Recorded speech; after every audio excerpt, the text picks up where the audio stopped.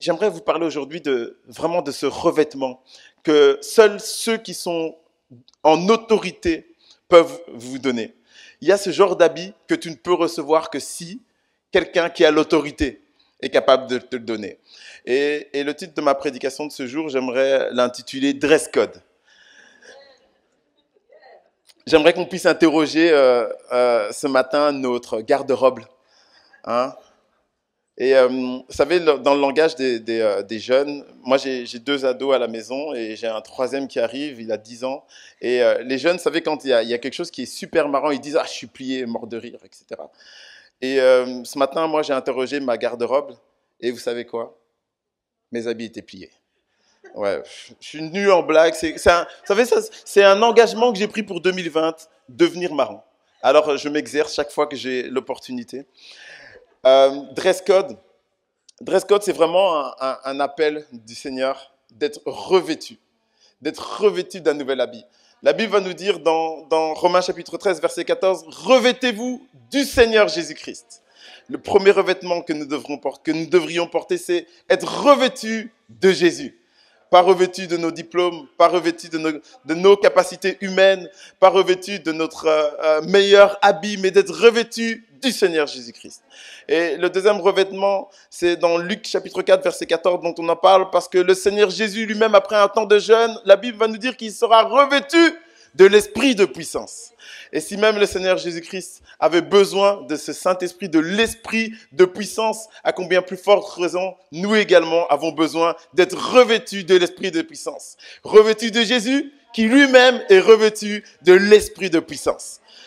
Soyez revêtus. Mais avant de se revêtir d'un nouvel habit, il est nécessaire d'abord de se dévêtir de l'ancien habit, de l'ancienne image de nous-mêmes, de l'ancien nous, de ce vieil homme. Alors que j'ai commencé à suivre le Seigneur Jésus-Christ, mon passé était des fois en train de tenter de me rattraper et il a fallu que je me sois complètement dépouillé d'abord de ce passé. Et ainsi, pour me dépouiller de ce passé, j'ai dû abandonner tous mes anciens amis. Parce que chaque fois, vous savez, qu'on allait et qu'on restait ensemble, ils revenaient toujours avec les mêmes propositions. Allez, sortons en boîte de nuit, allons et essayons de draguer des filles, buvons ensemble de l'alcool. Et j'ai dû me dévêtir de cet ancien habit pour pouvoir me revêtir du Seigneur Jésus-Christ, me revêtir de l'esprit de puissance.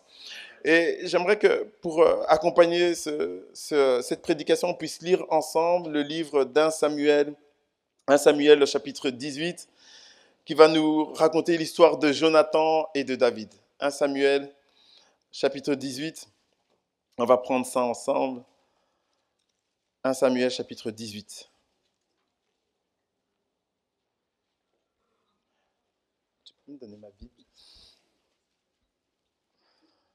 Merci. C'est mieux avec sa Bible si on veut lire les textes. Effectivement. 1 Samuel chapitre 18, je lis. David avait achevé de parler à Saül. Et dès lors, l'âme de Jonathan fut attachée à l'âme de David. Et Jonathan l'aima comme son âme. Ce même jour, Saül retint David et ne le laissa pas retourner dans la maison de son père. Jonathan fit alliance avec David parce qu'il l'aimait comme son âme. Il ôta le manteau qu'il portait pour le donner à David et il lui donna ses vêtements, même son épée, son arc et sa ceinture. David allait et réussissait partout où l'envoyait Saül. Il fut mis par Saül à la tête des gens de guerre et il plaisait à tout le peuple, même aux serviteurs de Saül. Comme il revenait, lors du retour de David, après qu'il eut tué le Philistin, les femmes sortirent de toutes les villes d'Israël au devant du roi Saül en chantant et en dansant, au son des tambourins et des triangles et en poussant des cris de joie. Les femmes qui chantaient se répondaient l'une aux autres et disaient « Saül a frappé ses 1000 et David ses 10 000 ». Saül fut très irrité et cela lui déplut. Il dit « On en donne 10 000 à David et c'est à moi qu'on l'on donne les 1000. Il ne lui manque plus que la royauté. » Et Saül regarda David d'un mauvais œil à partir de ce jour et dans la suite. Le lendemain, le mauvais esprit venant de Dieu saisit Saül, qui eut des accès de délire au milieu de la maison. David jouait comme les autres jours et Saül avait sa lance à la main. Saül se leva en disant « Si en disant lui-même, je frapperai David contre la paroi. Mais David se détourna de lui 2 fois. Saül craignait la présence de David parce que l'Éternel était avec David et s'était retiré de lui. Il l'éloigna de sa personne et il l'établit chef de 1000 hommes. David sortait et rentrait à la tête du peuple. Il réussissait dans toutes ses entreprises et l'Éternel était avec lui. Saül, voyant qu'il réussissait toujours, avait peur de lui, mais tout Israël et Juda aimaient David parce qu'il sortait et rentrait à leur tête. Amen, amen. La première chose que nous devrions faire, alors que nous désirons être revêtus de l'habit de puissance, c'est de pouvoir d'abord se dévêtir. Vous savez, il y a ce genre de personnes qui, alors qu'ils s'habillent, ils sont en train de prendre leurs anciens habits. Alors qu'ils veulent s'habiller avec un nouvel habit, ils sont en train de prendre leurs anciens habits, un peu comme moi aujourd'hui, vous savez. Hein, on met couche sur couche, et puis ça ressemble des fois plus à rien. Parce que au lieu de retirer l'ancien visage, l'hypocrisie fait que au-dessus de notre ancien visage, on va mettre le masque de Jésus-Christ. Au-dessus de notre ancien nous, le dimanche notamment, on va mettre notre nouveau nous qui sera un peu comme un habit qu'on va porter uniquement le dimanche, mais qui ne reflète pas du tout ce que nous sommes au travail, qui ne reflète pas du tout ce que nous sommes à la maison. On va se revêtir de l'habit de l'hypocrisie. Et c'est une tentation que nous avons en tant qu'enfants de Dieu, d'être différents les jours de semaine et d'être différents lorsque nous entrons dans la présence de Dieu. Il y a ce genre d'habit dont nous avons besoin d'abord de nous dépouiller. Et vous savez, quand on regarde l'histoire de David, on remarque dans 1 Samuel chapitre 17, déjà il avait reçu l'habit de Saül, il l'avait reçu pour combattre Goliath. Mais la Bible va nous dire que cet habit, il n'arrivait pas à s'en accommoder et donc il va se débarrasser de cet habit. Mais pourtant, il avait été revêtu de l'habit du roi. Mais puisqu'il n'arrivait pas à s'en accommoder, il va l'enlever et le retirer. Il va s'en dévêtir. Quand on parle du fait de ne pas arriver à s'en accommoder, la Bible nous dit que ce mot-là vient d'un mot qui signifie être tenté, qui signifie être éprouvé ou passer au contrôle. Vous savez, il y a ce genre d'habits, quand vous les essayez, vous devriez vous en débarrasser très rapidement. Parce que vous l'essayez et vous vous rendez compte, non, ça ne correspond pas à ce que vous êtes. Ça ne correspond pas à votre identité. Il y a ce genre d'habits, donc quand vous les essayez, et souvent ce sont les mêmes d'autres personnes qui essaient de vous mettre ce genre d'habits, vous placer ce genre d'étiquette. Lorsque je me suis converti, tous mes anciens amis essayaient de me garder dans cette même ancienne étiquette. Oh non, s'il s'est converti, c'est qu'il y a certainement une fille derrière. Effectivement, il y avait une fille, mais à ma décharge, je m'étais réellement converti. J'aimais réellement le Seigneur et la preuve en est que des années plus tard, je suis toujours en train de marcher avec le Seigneur. Et vous savez, il y a ce genre d'amis qui essaient de toujours vous donner cette ancienne étiquette, de vous la coller et de dire que vous êtes en train de marcher dans cette nouvelle vie avec cette même étiquette. Ce genre d'habits, prenez-les mais débarrassez-en vous le plus vite possible. Il y a ce genre d'habits que l'on vous donne pour vous éprouver, pour vous tenter. L'habit qu'avait reçu David à ce moment-là était un habit qui le tentait d'être une autre personne qu'il n'était pas. Vous savez, le roi, finalement, lorsque le Philistin arrive et se présente devant tout le peuple, vous savez, normalement, alors que personne ne désire aller combattre, normalement, c'est le roi qui aurait dû être le plus valeureux et dire, OK, puisque personne n'y va, moi, je vais y aller. C'était un habit de peur. C'était un habit comme pour se débarrasser, finalement. Okay, j'ai trouvé un jeune homme qui, lui, veut bien y aller, pourquoi pas, vas-y. Mais cet habit-là ne convenait pas à David. Cet habit-là lui faisait marcher dans une autre peau, dans une autre étiquette. Ne lui permettait pas d'être réellement lui-même. Pour lui, il valait mieux encore aller sans armure dans ce combat-là. Parce que alors qu'il est en train d'aller sans armure dans ce combat-là, il ne compte plus sur sa force, mais il est en train de compter sur Dieu.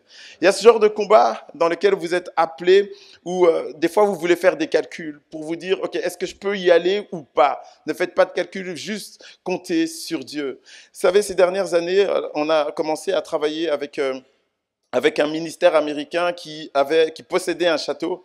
Et alors qu'on est en train de marcher et de servir dans ce ministère-là, en organisant des camps de jeunesse, tout d'un coup, le responsable de ce château a décidé de vendre ce château. Mais vous savez, on avait tellement investi dans ce ministère, on avait habitué nos jeunes à participer à ces camps dans ce ministère. Et lorsque le château a été mis en vente, on a vraiment eu à cœur de tout faire pour essayer de sauver ce château-là. Mais seulement, on n'avait pas les 1,5 million d'euros dont il fallait pour pouvoir l'acquérir. Et je ne les avais pas sous la main, en tout cas. Et ce qu'on a fait, c'est qu'on a commencé à prier le Seigneur. On a dit, Seigneur, fais en sorte, fais un miracle, fais quelque chose. Et à un moment donné, le château, on a appris qu'il a été vendu. Et ça a vraiment été un peu comme un coup de massue sur le ministère, sur cette œuvre-là qui touchait les jeunes, parce que tout d'un coup, ce ministère devait s'arrêter. Mais notre Dieu n'est jamais à court d'idées, n'est jamais à court de nouvelles stratégies, en tout cas, pour continuer à bénir le peuple. Et vous savez quoi? On a vendu ce château à quelqu'un qui habitait dans le village, et puis on a su quelle était cette personne qu'on connaissait. On a été la rencontrer, et lorsqu'on lui a parlé, elle nous a dit, écoutez, je ne sais même pas pourquoi j'ai acheté ce château. Et nous, on lui a dit, je sais, moi. Et là, on a commencé à prendre un accord avec lui, mais cet accord était quand même assez lourd financièrement. Ça nous engageait dans des chiffres assez élevés, à 5 chiffres notamment, pour pouvoir le louer mensuellement et simplement pour le mettre à disposition finalement des jeunes. Et donc, on a signé, vous savez, quand on a signé ce contrat de location, on n'avait pas fait de calcul. On n'avait pas de plan. On n'avait pas de compte en banque bien fourni pour nous permettre d'assumer cette location. Mais on avait uniquement l'engagement du Seigneur et il nous a donné cette parole, le vendeur ne récupérera pas son bien. Et là, on voulait dire au Seigneur, mais on est juste locataire. Et pour nous, c'était l'engagement de Dieu qu'on n'allait plus être locataire. Et on a commencé à louer ce bien, mais mois après mois, la grâce de Dieu se manifestait. Mois après mois, des gens se levaient. Et jusqu'à le mois dernier, vous savez, des gens se levaient et à un moment donné, il fallait également qu'on puisse activer notre foi. On ne trouvait pas les ressources nécessaires et le mois dernier, j'ai pris ma voiture, une voiture que j'avais achetée alors que je commençais ma profession d'avocat il y a 7 ans, jour pour jour, et je l'ai vendue. Et je l'ai vendue, j'ai obtenu 5 000 euros pour compléter le loyer, mais il manquait encore la moitié de la somme. Et une personne qui ne connaît pas Jésus a entendu ce témoignage. Et cette personne nous a contactés et elle a dit, la moitié de l'argent qui reste, je vous le donne. Je l'investis dans ce que je ne connais même pas. Je ne connais même pas votre Dieu. Je ne connais même pas ce ministère. Mais ce que vous êtes en train de faire est en train de toucher mon cœur et l'a semé dans le ministère, dans l'œuvre de Dieu. Des fois, nous faisons des calculs qui ne correspondent pas au calcul divin, au calcul de Dieu. Et bien entendu, la Bible nous dit également que certaines fois, nous devons également anticiper les choses avant de construire une maison. L'homme qui bâtit sa maison doit faire certains calculs, mais des fois, nos calculs humains ne correspondent pas au calcul divin de notre Seigneur. Et donc, David laisse complètement cet ancien habit. Il s'en débarrasse. Et vous savez, ça me fait vraiment penser à ce que le Seigneur Jésus-Christ, lorsqu'il est venu, il était en forme de Dieu, mais il s'est dépouillé lui-même afin de se mettre en forme de serviteur. Cette forme de serviteur, elle est beaucoup plus simple. Elle est dépouillée de tous les artifices, dépouillée de tout ce qui nous rend grand, beau, fort. Elle est, nous, dans le plus simple appareil, juste en train de servir Dieu. David va prendre juste sa pierre et il va quand même prendre l'épée aussi, mais il va enlever tous ces artifices et être juste un serviteur de Dieu. Abandonnons tout ce qui est en arrière et fixant les yeux vers ce qui est devant. Nous courons vers le but, revêtant cet habit nouveau qui est le Seigneur Jésus-Christ. Et c'est le deuxième point. Revêtir Christ. Revêtir Christ. D'abord se dévêtir, mais ensuite revêtir Christ. Vous savez, lorsque vous venez me voir au travail, alors vous allez voir que j'ai un drôle d'accoutrement parce que ce jour-là, je porte une robe. Et ce sont les seuls jours que je porte la robe, je vous rassure. J'ai dit 2020, je serai marrant. Et vous savez, ce genre d'habit, peu importe qui le porte, à ce moment-là, lorsque tu portes la toge, on t'appelle maître. En tout cas au tribunal. Tu n'as même pas besoin de présenter ton diplôme, tu n'as pas besoin de présenter, d'expliquer comment tu es devenu avocat. Je ne l'explique pas aujourd'hui. Juste, je porte la toge et on sait que je suis avocat, on m'appelle maître. Et il y a ce genre d'habit que vous ne pouvez porter que si quelqu'un qui est en autorité vous a accordé de le porter. Et vous savez, Jonathan, c'est le fils de Saül, c'est le prince de ce royaume. Et Jonathan va décider, à cause de l'amour, à cause de ce que son âme s'était attachée à David, son âme était comme la sienne, l'âme de David était comme son âme. Il va décider de prendre les habits princiers et les donner à David. Alors ça, c'est quelque chose que nous pouvons comprendre que si nous avons été princes dans notre vie. Si nous avons été rois dans notre vie. Il n'y en a pas beaucoup. Il y en a très peu. En Belgique, il y a un seul roi. C'est une royauté en Belgique. Lorsque Jonathan retire ses habits princiers pour les donner à David, il est en train de donner à David son identité. Ainsi, David allait, revenait et réussissait dans toutes ses entreprises. C'était comme un laissez-passer dans tout le royaume parce qu'il avait les habits princiers. Il pouvait aller et venir et il réussissait dans toutes ses entreprises. Lorsque David a été revêtu de l'habit de Jonathan, il était devenu comme le prince. Lorsque nous avons été revêtus de l'habit de Jésus-Christ, nous avons également été revêtus de cette même identité. Ainsi, nous allons, revêtus de Jésus-Christ, nous allons et venons réussissant dans toutes nos entreprises. Ce n'est pas que c'est nous-mêmes qui pouvons faire ça par notre propre force, mais c'est que le témoignage de Jésus doit réussir parce que c'est le nom de Jésus-Christ qui est apposé à notre nom. Non pas que tu es trop grand, non pas que tu es trop fort, mais Jésus-Christ doit faire réussir son nom, son identité dans ce monde. Ainsi, lorsque le Seigneur m'a parlé au sujet de devenir avocat, moi j'étais juste un simple footballeur qui courait après un ballon. Et d'ailleurs, lorsque j'ai commencé à déclarer ce nouvel appel, les gens me disaient, courir, t'es fort là-dedans. Étudier, je ne sais pas.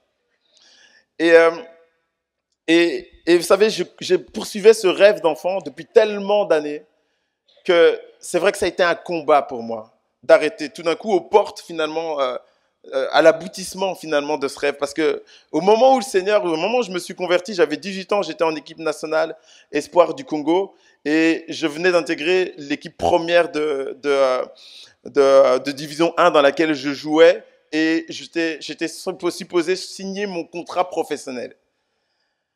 Je marchais là depuis l'âge de 15 ans avec un contrat semi-professionnel. J'étais donc rémunéré normalement, j'avais un appartement. Et là, je devais signer mon contrat semi-professionnel. Mais là, à ce moment-là, le Seigneur dépose sur mon cœur ce nouveau rêve. Vous savez, j'ai vraiment été Jonas à ce moment-là. J'ai été comme Jonas. Je me suis inscrit à la fac. J'ai fait 6 mois. Ensuite, j'ai dit j'arrête. Je fuis, j'arrête tout ça. Parce que le rêve d'enfant était opposé avec le rêve de Dieu. Et je voyais, pour tous les autres jeunes de l'église, ça semblait tellement simple. Ils étaient en train de dire, moi, je suis le rêve de Dieu. Ils couraient, vous savez, ils étaient tout légers. Et moi, j'étais en train de lutter avec le projet de Dieu. Et chaque fois qu'il y avait un prophète qui venait, je disais, est-ce que je dois réellement annoncer la justice? Je posais toujours la même question et eux, ils avaient toujours la même réponse. Le Seigneur te l'a déjà dit. Et il ne peut pas modifier légèrement, vous savez.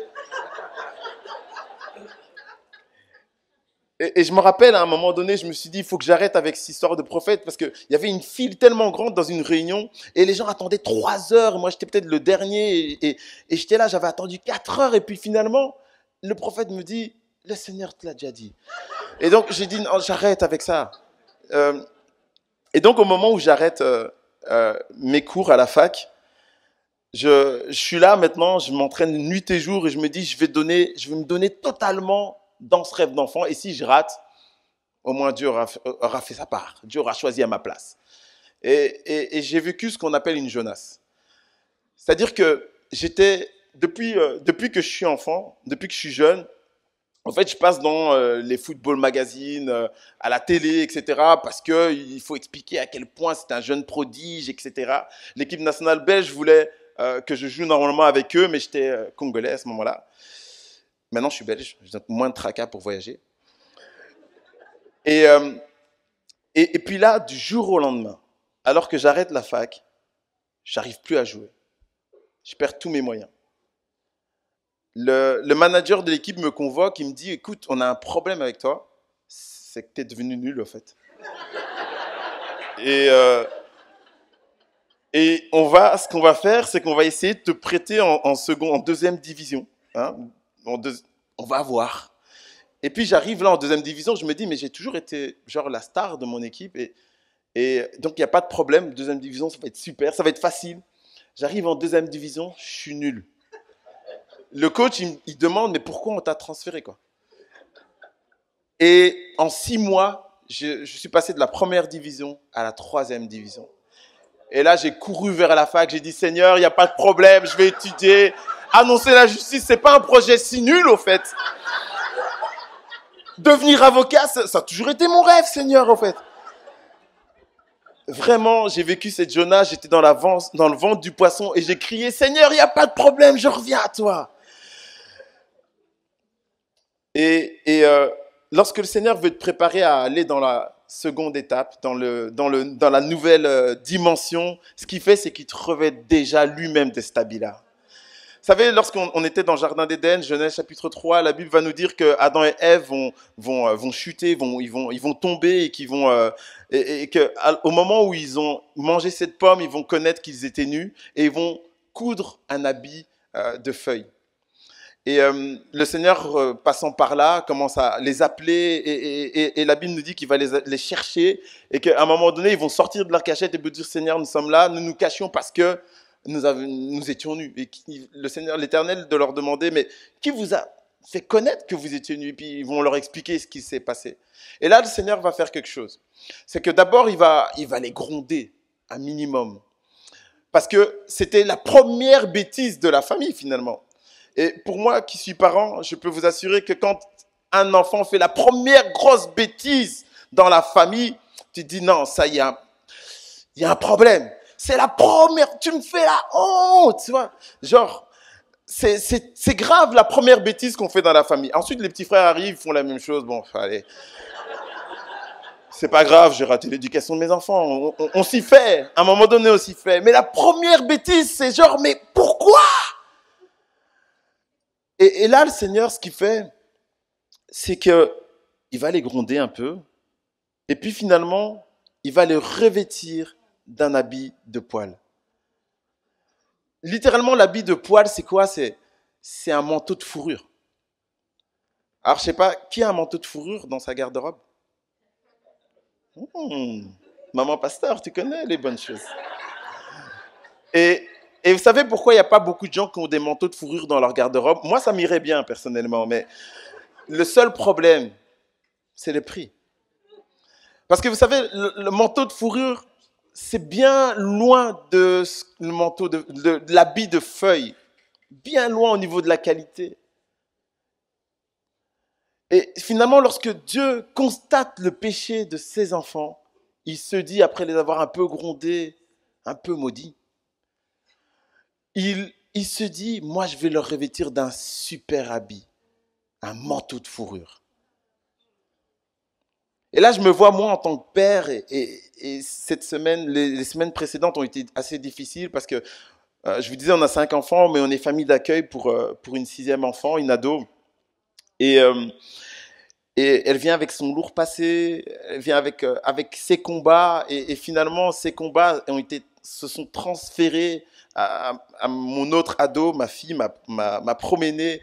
Et puis, j'étais là avec ces bêtises, et je me disais, Seigneur, pourquoi? Et j'avais pris une grande décision. J'avais dit, il faut que il faut que tu rentres dans ta famille. Mais elle vivait des situations tellement difficiles dans sa famille. Et j'ai parlé à Stado, donc, pour laquelle on est famille d'accueil, j'ai dit, il faut que tu rentres. Et puis là, on parle avec sa mère dit, mais moi, je veux pas d'elle. On parle avec son père dit, mais moi non plus, je veux pas d'elle. On parle avec ses tantes disent, on ne veut pas d'elle. Alors pourquoi c'est moi qui devrais vouloir d'elle? C'était ça la question.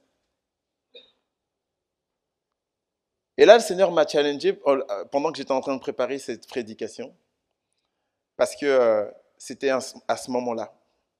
Je vivais ces choses-là et le Seigneur me montre ce texte et il me montre comment lui a réagi face à un péché. Il est venu, il a offert un cadeau qui a un grand prix. Je me suis dit, je ne peux pas faire ça. Alors on a recommencé avec elle, on lui a donné une nouvelle chance et à ma fille, j'avais pris tous les vêtements dans la chambre de ma fille, je les ai mis dans des sacs poubelles. Ah, moi je suis un père dur. Hein. C'était la première bêtise en plus. Et j'avais mis ça dans des sacs poubelles et puis j'avais dit je vais les jeter mais j'avais mis dans la cave. Et puis elle est rentrée dans sa chambre et là, genre mais oh, qu'est-ce qui se passe? J'ai plus d'habits. J'ai dit oui, et le seul habit qui te reste c'est ça et il faut que tu les nettoies tous les jours à la main.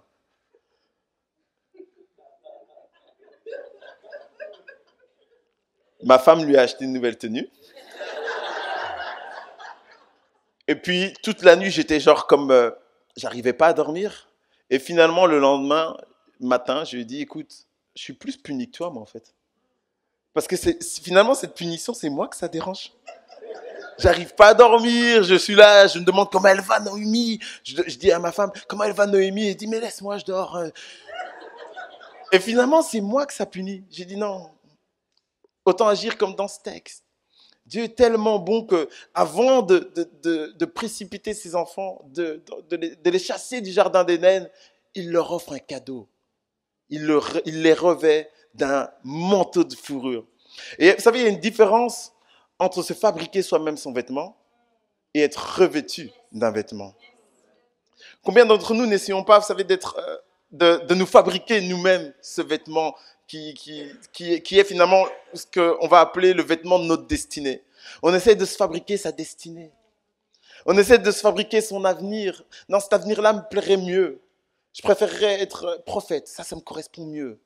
Et on essaie de se fabriquer des prophéties.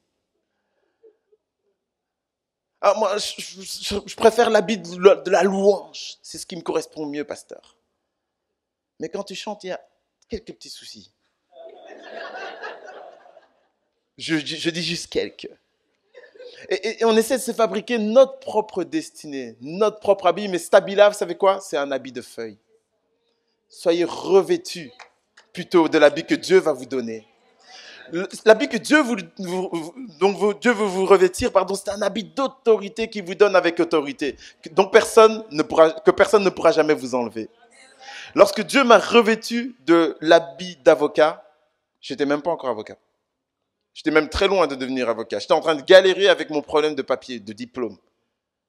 Déjà, ils avaient dit, mais anciennement, tu étais congolais, là. Et maintenant, tu viens avec un diplôme qui vient de Martinique. Tu joues à quoi, toi? Tu vois, il y a un problème avec toi, quoi. En plus, les cartes d'identité congolaises, franchement, la Belgique nous narguait. C'était un grand papier, vous savez, que tu pliais comme ça.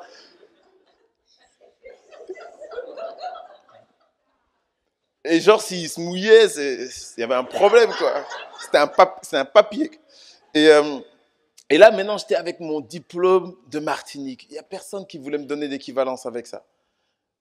L'équivalence, c'est genre pour dire, OK, ce diplôme, ça vaut vraiment un vrai diplôme.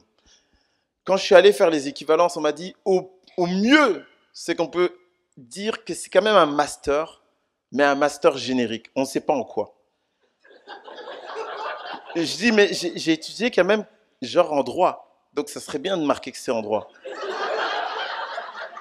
Et si je vous montre le papier d'équivalence, il était écrit un master générique. Genre en rien. Mais vous savez quoi? L'autorité ne vient pas de ces personnes qui veulent vous donner l'équivalence. L'autorité ne venait même pas du barreau, ne venait même pas du tribunal. L'autorité ne venait même pas du gouvernement. L'autorité venait de Dieu. Et puisque l'autorité venait de Dieu, Dieu a attendu la moindre occasion pour transformer la loi belge et me permettre de devenir avocat. L'autorité vient de Dieu. Et depuis ce moment-là, le Seigneur ne cesse de me revêtir d'un nouveau vêtement, d'un nouvel habit d'autorité. Depuis que j'ai accepté de marcher dans ce plan-là, j'avais pris un engagement avec le Seigneur, alors que j'étais en train j'arrivais à la 6e année de chômage, parce qu'il faut quand même savoir que j'ai passé 7 années de chômage. J'arrivais à la 6e année de chômage et j'avais frappé à toutes les portes pour avoir l'équivalent, pour trouver un travail, etc. J'arrivais à la 6e année de chômage et là j'ai dit à Dieu, ok Seigneur, comme ma femme vous l'a dit, Seigneur, je ne veux plus rien faire, je veux juste te servir. Je prenais mon sac à dos, j'allais distribuer des Bibles, je forçais les gens à prendre la Bible, prends la Bible, prends la Bible. C'est l'engagement que j'ai fait avec le Seigneur. Et là, juste en quelques mois, parce que j'avais changé ma manière de prier, Dieu avait ouvert cette porte-là. Et depuis ce moment-là, j'ai pris l'engagement avec le Seigneur, je ne postulerai jamais. Jamais je ne postulerai dans quoi que ce soit, mais tu me montreras que c'est toi qui me revêts d'un habit d'autorité, de ce que ce sera les gens qui m'appelleront. Et comme ça, pour trouver mon cabinet d'avocat, on m'a appelé. Et à un moment donné, après quelques temps, le Seigneur s'est dit, ok, je vais ouvrir la porte maintenant pour le meneur d'hommes, pour être le meneur d'hommes dont je t'avais parlé également. Parce que voici, j'ai accompli le projet pour que tu annonces sa justice. Maintenant, il faut que j'accomplisse aussi le projet pour que tu deviennes meneur d'hommes. Et ainsi, un parti politique m'a contacté pour me dire, on a besoin de quelqu'un de ton profil. Et c'est comme ça que je suis devenu attaché parlementaire. Et au Parlement, en même pas quelques mois, vous savez, normalement, pour pouvoir faire passer une loi, surtout que le parti dans lequel je travaille est un parti qui est dans l'opposition. Et pour faire passer une loi lorsque tu es dans l'opposition, c'est pratiquement impossible. Et là, j'étais en train de bosser sur une loi. Et à la surprise générale, la modification à cette loi sur laquelle j'avais bossé, tous les partis s'accordent pour dire on va le voter. Ainsi, maintenant, en Belgique, il y a une loi qui a été écrite par moi, revêtue du mandat d'autorité. Ce jeune homme qui devait normalement courir simplement après un ballon, j'ai quand même dit à Dieu, un moment, vous savez, pendant que je priais, j'ai dit à Dieu, Seigneur, moi, normalement, je devais avoir des millions, en fait. Ah ouais, parce qu'un contrat de football, c'est pas 10 euros, c'est pas 10 euros de l'heure. Et je dis, normalement, je devais avoir des millions, mais là, je suis en train de chômer depuis 6 ans. Il n'y a pas un problème par rapport à ton plan. Et j'ai dit, Seigneur, il va falloir que tu compenses tout ça. Moi, je fais les calculs. Moi, je ne suis pas matheux, mais en tout cas, pour cette question-là, je veux retenir les calculs. On va faire. Tu dis que tu n'as normalement de dette envers personne. C'est toi qui m'as appelé là-dedans. Donc, il faut que tu te débrouilles pour non seulement ouvrir la porte, mais me rendre les nombreux euros que j'ai perdus. Et là, depuis qu'on est dans ce château, je commence à faire les calculs un peu mieux, voir un peu plus clair. Et tout ça pour en venir où, je ne sais même plus. Ouais. Oui. Et donc, le Seigneur a ouvert cette porte-là, incroyable, pour que non seulement je puisse exercer, pratiquer dans toujours le droit, mais à des niveaux maintenant de responsabilité que même les avocats n'ont pas. Et y a un truc que j'ai vécu alors que j'étais dans mon premier jour au Parlement. C'est que, vous savez, on te donne un badge et j'arrive donc à l'entrée et je vois déjà, on me regarde bizarrement. Il y avait pas beaucoup de personnes d'origine africaine en réalité au Parlement. Et d'ailleurs, au moment où je parle, il n'y a toujours pas eu de parlementaire d'origine africaine au Parlement et j'étais un des seuls Africains attachés parlementaires en réalité. Et donc, quand je me présente à l'entrée, déjà, on se demande, mais il va où? Je peux vous renseigner? Et vous savez, j'avais ce badge-là, et dans ce badge-là, il est écrit « Laissez passer » avec ma photo et tout ça. Et c'est un laissez-passer pour tous les quartiers à haute sécurité. Au niveau du Parlement, parce qu'à Bruxelles, on a le Parlement européen, mais on a également la Commission européenne, et tout ça, c'est dans le même quartier. Même entrer dans les rues là, tu n'y as pas droit sans se laisser passer.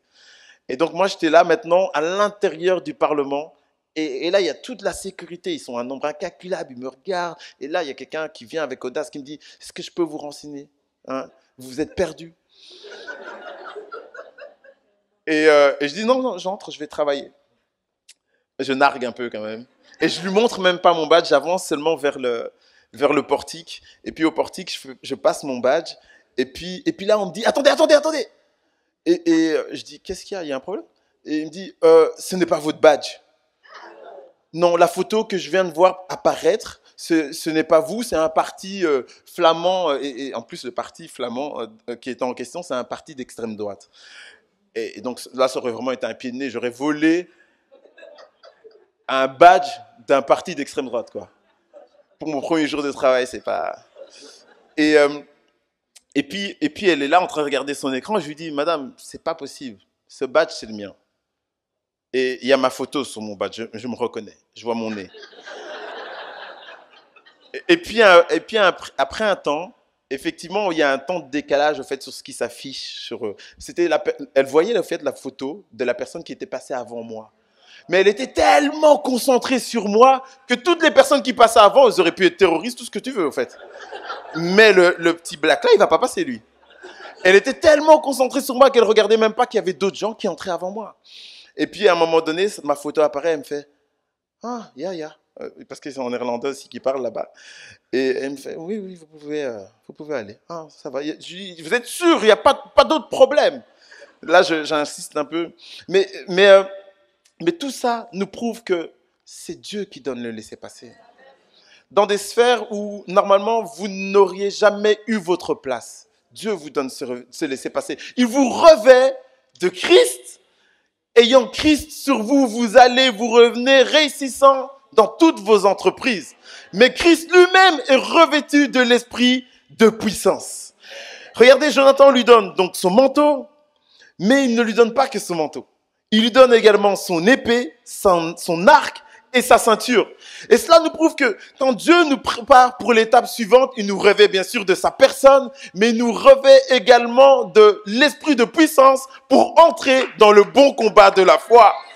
Ainsi, tu arrives dans des sphères où tu es combattu. Tu arrives dans des sphères où les gens essayent de te tendre des pièges. Tu arrives dans des sphères où l'ennemi, Satan lui-même, essaye de te combattre. Et regardez David ce qu'il fait pendant qu'il est en train de servir Saül.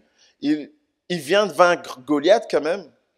Et alors qu'il vient de vaincre Goliath, il revient dans son plus simple appareil de serviteur en train de jouer de la musique pour Saül, calmement. Et il a vaincu Goliath. Le Goliath que le roi avait peur de combattre. Mais il revient, il n'y a pas de problème. Il sert Saül. Et la Bible va nous dire même que quand il allait et venait réussissant dans toutes ses entreprises, c'était sous le mandat de Saül. Saül qui l'envoyait. L'importance de respecter le mandat qui vous a été donné. Vous savez, alors que je vais au Parlement, je ne peux pas faire autre chose que ce pourquoi j'ai reçu cette carte. Si je vais au Parlement et que je me mets à jouer au ministre, il y a un problème avec mon mandat. Je ne suis pas ministre. Je suis ministre de Dieu, oui, je suis ministre de Dieu, mais je ne suis pas ministre. Là-bas, je vais simplement pour écrire des textes de loi et essayer de faire passer ces textes de loi. Mais si je commence à jouer au ministre, on va me dire tout de suite, monsieur, sortez d'ici, vous n'êtes pas ministre. Si je vais au tribunal pour jouer aux avocats, il n'y a pas de problème. Mais si je vais maintenant pour jouer aux juges, là, il y a un problème. Monsieur, vous êtes juste avocat, c'est le mandat que vous avez reçu. David allait réussissant dans toutes ses entreprises parce qu'il marchait selon le mandat que Dieu lui avait donné. Beaucoup d'entre nous, nous vivons l'échec parce que nous ne marchons pas dans notre mandat. En tant qu'avocat, c'est quelque chose que nous comprenons particulièrement parce que, vous savez, on peut avoir un client qui est coupable, mais qui veut que vous plaidiez qu'il est innocent. Dans ce cas-là, si vous plaidez qu'il est coupable, mais qu'il reconnaît que ce qu'il a fait est mal, vous êtes en train de violer votre mandat. Pour vous, vaut-il mieux encore refuser de le défendre? Mais vous ne pouvez pas refuser de défendre en dehors de votre mandat. Combien de fois Dieu nous parle au sujet de notre mandat apostolique, mais nous continuons d'être juste le pasteur ou l'évangéliste? Combien de fois Dieu nous parle au sujet de notre mandat d'évangéliste, mais nous voulons à tout prix être simplement le berger des brebis qui sont dans l'église. Combien de fois Dieu nous parle au sujet de notre mandat de docteur, mais nous préférons chanter les louanges. En dehors de ton mandat, tu ne vivras jamais la réussite qui devrait être attachée à ton mandat. Et David donc allait et réussissait uniquement parce qu'il était dans son mandat. Et quand venait le combat, David, d'abord, il était en train de jouer, faire remplir son mandat de serviteur. Il jouait. Mais au même moment, Saül le regardait du mauvais œil. Parce qu'il réussissait. Pourquoi il réussit? Qu'est-ce qu'il a fait en plus que moi? Moi, c'est moi le roi. Pourquoi il réussit, lui? Et il jouait, et Saül prenait sa lance et se disait en lui-même, si je le frappe contre la paroi, mais au moment où il se dit en lui-même, il le fait. David évite. Et il continue de jouer. Parce que le bon combat de la foi n'est pas contre Saül. Oui, il est revêtu de la puissance. Pendant qu'il est en train de jouer, il est revêtu d'une autorité. Il ne lui manquait que la royauté, dira même Saül lui-même. Il ne lui manquait que la royauté. Il avait une puissance certaine. Mais il savait que son combat n'était pas contre Saül. Ton combat n'est pas contre ta femme à la maison. Quand bien même... C'est pas contre elle. Ton combat n'est pas contre ton époux, quand bien même il laisse traîner tout ce qu'il touche finalement. Je suis là pour défendre la cause des hommes aussi. Ton combat n'est pas contre lui. Ton combat n'est pas contre ton enfant. Quand bien même des fois on a envie de se dire, mais t'es né de qui? Et ça, moi j'avais ce père là qui aimait bien dire, moi à l'école, moi, je donnais même cours aux autres élèves. Je dis, papa, t'étais pas prof de tes camarades, c'est pas possible. Là, je ne peux pas te croire. Je te suivais sur quand tu disais, je faisais 60 km à pied pour venir chercher mes 10 sur 10. Là, je te suivais. Et qui t'enseignait les autres, non. Et il aimait tellement dire, ouais, moi si, j'ai élevé tous mes frères. Il me disait ça. Ok, papa, merci. Et c'est vrai que nos enfants, des fois, un peu, font moins bien, on va dire. Et on a envie de dire, mais t'es né de qui? Mais ce n'est pas ton adversaire, ce n'est pas ton ennemi. Le combat, le bon combat, c'est pas contre lui. Alors, David est là, il vient d'éviter un coup de lance, mais il continue à faire son ministère paisiblement. Parce qu'il a reçu un mandat, il doit le faire. Il est serviteur à ce moment-là, il doit continuer ça. Pendant que des fois, on est en train de servir Dieu, l'ennemi est en train de nous envoyer des combats. À un moment, on est en train de servir Dieu tranquillement. Notre fille tombe, elle tombe malade, une bête blessure est devenue une infection dans toute sa jambe. Elle avait tellement de pus que quand tu appuyais en haut de la cuisse, il y avait du pus qui sortait au niveau du genou. Jusqu'à un moment donné où on l'amène à l'hôpital et là, les médecins convoquent un bloc opératoire. Ils se disent, désolé monsieur, mais je ne sais même pas pourquoi ils commencent ce genre de phrase par désolé, mais on doit amputer votre fille. Parce que sinon elle va mourir. Parce qu'en fait, l'infection est en train de se répandre, est en train de remonter au fait dans son corps et risquait, je ne sais plus comment on appelle ça, un choc, une septicémie, exactement. Et au moment où le bloc opératoire est convoqué, les médecins sont en train de courir, etc. Et moi, je regardais ma montre, on avait une réunion de prière ce jour-là. Alors, j'étais en train de sortir pour aller à la réunion de prière. Et là, je tombe sur le médecin en chef qui avait pris ce cas-là et qui me dit, messieurs, vous allez où? Venez, c'est par ici, bloc opératoire. J'ai dit, mais non, moi, je suis en train d'aller à la réunion de prière. Je n'ai pas de solution par rapport à cet enfant-là. C'est mon enfant, je le sais. Et là, le doc me dit, mais vous êtes fou. Et puis, il me dit, de toute façon, enfin, bref, elle part. Et je lui dis, mais il y a d'autres personnes de la famille là-bas. Et là, on arrive, je suis à la réunion de prière, je suis en train de remettre cette situation entre les mains du Seigneur.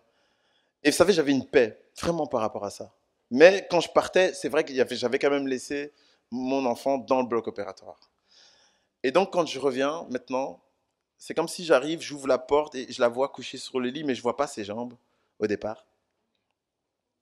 Et au fur et à mesure que je rentre, ben, je vois ses jambes. J'en vois une et j'en vois deux. Et là, je me dis, Seigneur, qu'est-ce qui s'est passé ici? Et je demande à mon épouse, qu'est-ce qui s'est passé? Et là, il m'explique qu'en fait, ils sont rentrés dans le bloc opératoire. Le chirurgien, il venait d'une autre ville, il est arrivé. Et quand il a voulu couper, il a regardé où était l'infection. Il n'y avait plus d'infection au niveau de la cuisse, plus d'infection au niveau du bas. L'infection était localisée au niveau du genou. Et Dieu était tellement en train d'opérer que le lendemain matin, elle est sortie, il n'avait plus d'infection. Pendant que tu es en train de combattre, pendant que tu es en train de servir, il y a des combats que l'ennemi est en train de t'envoyer. Est-ce que tu vas arrêter de servir pour autant? David est en train de servir. Il venait d'essuyer un coup de lance, mais il servait. Pas de problème. Il regardait quand même du coin de l'œil, je l'imagine. Saül, tu vas... Non? Sûr, ok. Je l'imagine. Hein. Et puis là, il y a une deuxième coup de lance qui arrive. Il évite encore. Et il continue juste de faire son ministère. Vous savez, il y a tellement de gens qui sont là en train de dire « Je ne peux pas servir pour le moment parce que je suis tellement combattu. Pour le moment, j'ai trop de problèmes. Pasteur, je serai absent. » Mais ton problème, c'est justement que tu penses que Dieu est parti en vacances. Ton problème, c'est justement de penser que parce que l'ennemi t'attaque, tu n'as pas besoin de Dieu. C'est au moment où l'ennemi t'attaque que tu as encore plus besoin de Dieu. Le revêtement dont Dieu que Dieu nous pose, que Dieu pose sur nous, est un revêtement qui devrait nous différencier, qui ne fait plus de nous des simples citoyens, mais qui nous fait entrer désormais dans son armée. Vous savez, le militaire n'appelle pas la police quand il y a un problème. Le militaire n'est pas apeuré quand il est en train d'être victime d'un cambriolage. Nous agissons des fois comme si nous étions encore des simples citoyens. Oh, je suis attaqué cette nuit, pasteur. Je suis tellement attaqué. Pasteur, est-ce que tu ne peux pas venir prier pour moi? Mais tu es militaire tout comme moi. On est dans la même armée. Laisse-moi dormir ce soir, par pitié. Ouais, c'est à ce moment-là, on se trouve des stratégies pour dire ce soir, je ne vais pas me déplacer quand même. Hein, quelquefois, pasteur, quand même. Tu es dans la même armée que moi. Pourquoi as-tu peur de cette attaque? Le revêtement que Dieu a positionné sur ta vie n'est pas un revêtement d'un simple citoyen, c'est un revêtement princier. C'est un revêtement royal. Ça te met comme David a été positionné comme chef de 1000, chef de soldats. Tu n'es pas simplement chef d'une maison, tu n'es pas simplement chef dans un ministère, tu n'es pas simplement positionné dans une simple mission. Le mandat que tu as reçu te permet, te donne d'entrer dans un combat spirituel. Le combat spirituel a été lancé. Tu ne peux plus reculer. Tu as prié pour avoir ce revêtement, tu es dans ce combat spirituel. Et quand le problème arrive, ne pleure pas. Ne crie pas au secours. Tu es un militaire formé, armé par Dieu avec un revêtement de puissance. Quand le problème arrive, tu dois te tenir comme une sentinelle. Je bénis les sentinelles qui vont venir se tenir ici la semaine prochaine. Quand le problème arrive, quand les démons arrivent, tu dois les chasser parce que c'est le revêtement que tu as reçu. Quand la maladie arrive, tu dois ordonner à cette maladie qu'elle quitte parce que c'est le revêtement de puissance que tu as reçu. Arrêtons, face aux maladies que nous vivons, arrêtons d'intellectualiser ces choses. Non, cette maladie, je l'ai et ça dure parce que je pense que Dieu voudrait que... Et qu'ensuite, une fois que j'ai terminé, mais je ne sais pas s'il va vraiment terminer. Et puis quand son temps arrivera, Dieu dit que par toutes ces meurtrissures, tu as été guéri. Pas tu seras, mais tu as été guéri. Parce qu'il a pris tes maladies par ses meurtrissures. Qu'est-ce que tu attends? Tu vas appeler l'ambulance. L'ambulance même est fatiguée de venir chez toi. Pourquoi? Parce que l'ambulance sait que chez toi, tu seras toujours attaqué. Parce que tu es un soldat. L'armée, le propre de l'armée, c'est d'être blessé au combat. Est-ce que vous pensez que l'armée utilise les ambulantistes comme on voit ici au CHU ou je ne sais où? L'armée a dans sa propre armée, l'armée a des médecins. Qui a le don de guérison? Qui a le don de chasser les démons? Qui a le don des miracles? Arrêtez d'appeler les citoyens, les civils, quand vous êtes revêtus d'un mandat qui vous fait entrer dans l'armée de Dieu. Vous n'êtes plus des civils. Vous n'êtes plus des citoyens du monde. Vous êtes des citoyens des cieux. Dieu a fait de vous une armée. Et il dit, tout pouvoir m'a été donné dans le ciel et sur la terre. Ordonnez à ces choses de changer. Changez votre prière afin que les choses fonctionnent comme ça devrait être dans le plan de Dieu. Déposez vos armes naturelles, la haine. Déposez vos armes naturelles, la jalousie. Vous savez, on est tellement un peu, des fois, naturel. On est blessé par une situation et je m'énerve. Cette personne m'énerve tellement. Cette situation m'énerve tellement. On est toujours dans l'émotionnel, les émotions. Et nos émotions nous portent. Vous savez, pendant un temps, à la base, j'aime l'avion. À la base. Et je voyageais vraiment avec plaisir. Je vais prendre l'avion aujourd'hui, tiens, cool. Et je voyageais chaque année avec l'équipe nationale, on faisait une tournée aux États-Unis et on prenait plusieurs avions même. Et il n'y avait pas de problème. Jusqu'au jour où on a pris l'avion Texas-New York et il y avait une tempête. Alors l'avion était un peu retardé. Pas de problème. Sauf que le pilote se dit, ça souffle moins. Partons. Ouais, mais ça souffle juste moins. Ça souffle quand même, tu vois. Mais est-ce que vous pensez que le pilote nous a demandé notre avis? Nous, on est juste dans l'avion, en fait. Il n'a pas dit, ça souffle moins, on va partir. Non. On a juste vu l'avion partir. Et ce jour-là, j'ai été secoué comme j'ai jamais été secoué. Les gens criaient. Vous savez, vous avez déjà vu, y a-t-il un pilote dans l'avion? Les gens criaient, je vais mourir, en anglais. Et là, je me disais, mais je vais mourir, en fait. Vraiment. L'avion durait 45 minutes, 1 heure même maximum, mais je me disais, je vais mourir. Je suis là, je suis vivant. Mais seulement, ça a vraiment conditionné ma manière maintenant de prendre l'avion. C'est-à-dire que depuis ce jour-là, quand je montais dans l'avion, j'avais des sueurs froides, chaudes, tout ce que tu veux. Quand l'avion dure 3 heures, je prie 3 heures. L'avion dure 7 heures, je prie 7 heures. Et je suis en jeûne aussi. Et finalement, j'étais là, ma peur conditionnait ma prière. Combien de fois notre peur n'est pas en train de conditionner notre prière? Je prie plus Dieu parce que je l'aime, mais je prie Dieu parce qu'en fait j'ai peur. Mes temps de jeûne et de prière sont conditionnés par ce que je crains.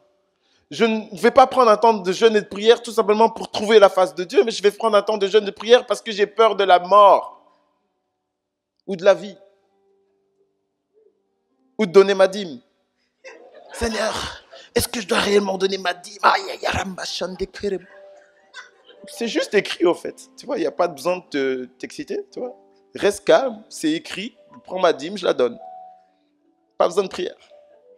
Mais nos temps de prière sont conditionnés par nos émotions.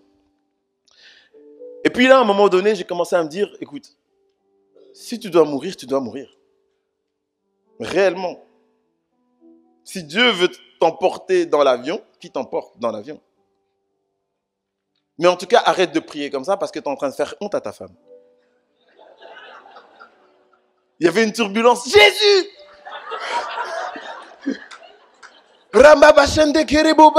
Jésus! Et puis les gens me regardaient. Je crois qu'il aime Jésus ou je sais pas. Tu vois? Il est chrétien, je crois, le gars, au fait, là, à côté de moi. Non, il n'est pas chrétien, il a juste peur. Et même, je commençais à voir dans le regard de ma femme que des fois, tu vois, elle se décalait légèrement, tu vois. Sans de dire, non, mais... moi, lui, non, je ne le connais pas, quoi.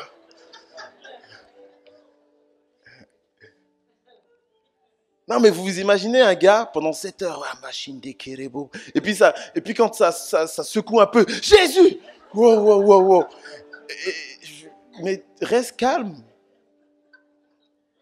Et donc, comprenant que je devenais ridicule finalement dans ma prière, j'ai dit, ok, Seigneur, c'est vrai que dans ta parole, tu dis finalement que la tempête s'abat sur le juste comme sur le méchant. Mais celui qui a bâti avec Jésus comme fondation, essuie la pluie, essuie la tempête, mais il tient ferme. Alors je dis, Seigneur, ok, maintenant je vais m'imaginer dans cette tempête, mais considérer que, en fait, la fondation, c'est ta main qui porte cet avion. Et alors que cet avion est secoué, en fait, je suis toujours dans ta main, Seigneur. Et alors, pendant qu'il y avait des turbulences, que les gens appellent des turbulences, je me dis, Seigneur, je te bénis pour cette turbulence. Ça me rappelle maintenant que je suis dans ta main. Et là, dans mon siège, je suis calme. Seigneur, je suis dans ta main, en fait. Qu'est-ce qui peut m'arriver? Si l'avion tombe, je suis dans ta main. Et pendant qu'il y a des turbulences, je me rappelle, Seigneur, en réalité, de toute façon, c'est normal qu'il y ait des turbulences. L'ennemi essaie de me faire peur. Et l'ennemi doit me combattre. Parce que, en réalité, je suis entré dans l'armée de Dieu. Il doit me combattre. Mais, pendant qu'il me combat, je me rappelle que je suis dans ta main. Il ne peut rien me faire. Rien ne peut me nuire. Parce que je marche avec toi, Seigneur. Rien ne peut me nuire parce que j'ai été revêtu de Jésus-Christ. Et j'ai été revêtu de l'esprit de puissance. Rien ne peut me nuire. Et là, maintenant, mes vols sont un peu genre comme en paix. Je transpire moins. Je peux vraiment avoir une seule tenue maintenant dans l'avion. Juste parce que j'ai pris conscience que dans cette guerre spirituelle, le bon combat est mené par Dieu pour moi. Et il le remporte. Parce qu'il ne veut pas que son nom soit humilié, traîné dans la boue. Il veut faire éclater sa gloire. Et il va utiliser ton nom, il va utiliser ta main. Toi, il va t'utiliser comme un instrument pour faire éclater sa gloire. L'autorité qui était sur Jonathan a été transmise sur David. David allait et réussissait. L'autorité qui est sur Jésus a été transmise sur tous ses enfants. Et tu iras et réussiras dans toutes ces entreprises. Au nom de Jésus, j'ai ainsi déclaré. Amen, amen, amen.